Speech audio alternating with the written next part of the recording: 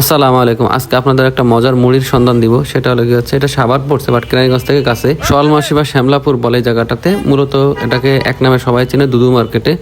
এখানটাতে যে মুড়ির দোকানটা আছে অসম্ভব মজার। আমি এর আগে অনেকবার খেয়েছি, তাই ভাবলাম এই জিনিসটা আপনাদের সাথে শেয়ার করি, যাতে আপনারা যে খেতে পারেন বা টেস্ট করে আসতে পারেন কেমন কি লাগে আপনাদের কাছে জানি না। তারপর আমি আসলাম যে অশপুর হয়ে বসিলা ব্রিজ পার হয়ে যাওয়ার পরে অশপুর, এখানটাতে এই মোড় থেকে যাওয়া যায়। 40 টাকা বা 50 টাকা ভাড়া নেয়। আমরা 40 টাকা দিয়ে ভাড়া নিয়ে গেলাম। আমি আর রায়হান ছিলাম, আমার বন্ধু। তো অনেকদিন পরে যাচ্ছিলাম। আমি এর আগেও প্রায় 3-4 বাজে খেয়ে আসছি।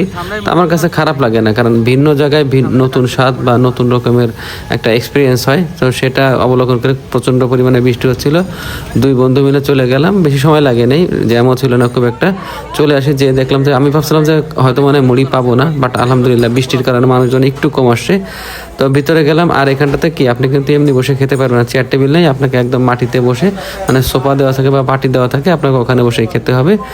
যার পরে দেখলাম যে অনেক মানুষ। তা আলহামদুলিল্লাহ আমরা যেহেতু মানুষ দুজন ছিলাম, এক ফাঁকে জায়গা পেয়ে গেলাম বসার জন্য। আপনাদেরকে জানিয়ে রাখি, এখানে কিন্তু 50 থেকে শুরু করে 300 টাকা পর্যন্ত মুড়ি পাওয়া যায় বিভিন্ন রকমের। কিন্তু এখানে বেশি চলে 200 আর 300। 200 আর 300 মধ্যে পার্থক্যটা কি, 300 টাকায় মুড়ির পরিমাণটা একটু বেশি থাকে, বাট আইটেমটা হলো কি হচ্ছে, যদি আপনি 200 টাকা নেন হয় মুরগি পাবেন অথবা গরুর ভুড়ি, আর যদি 300 টাকা নেন তাহলে মুরগি এবং গরুর ভুড়ি দুটাই পাবেন।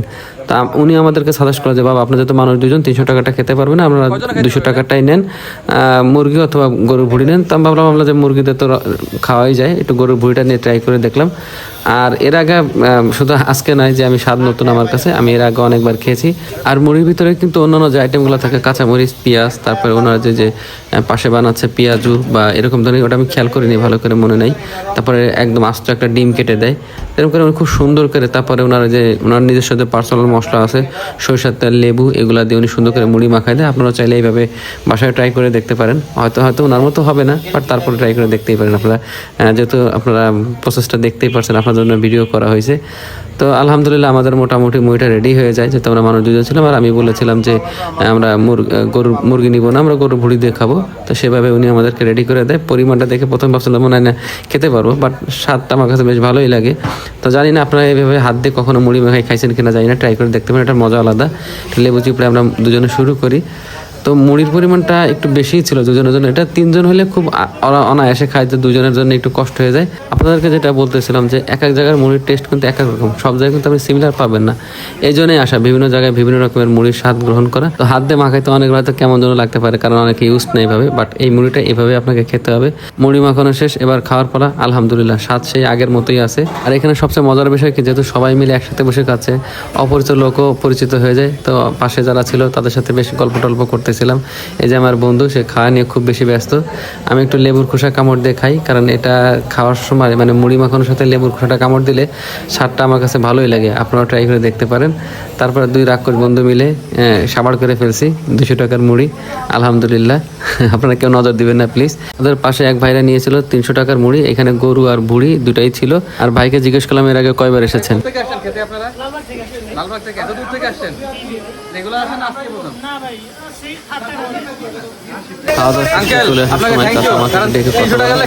বলেছিলাম যে উনি আসলে খুব একদম ভালো, ওনার মুখ থেকে ওনার কথাগুলো শুনুন।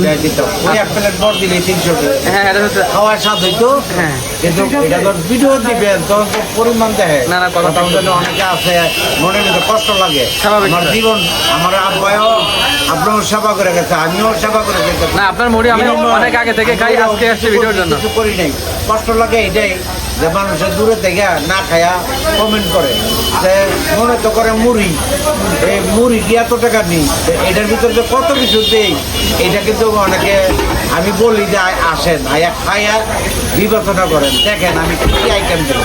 ধন্যবাদ। দূরের থেকে মনে করেন মুড়ি এত টাকা, এটা তো 10 টাকার মুড়ি রেলি হয়ে যায়। বন্ধ থাকে কি বারে? বন্ধ থাকে না, সবসময় থাকে না, এমনি রাত কটা বন্ধ থাকে? সবারে বলি আসেন আয়া খায়া তারপরে আমার সামনে বলে। এই কটা বন্ধ খোলা থাকে আঙ্কেল?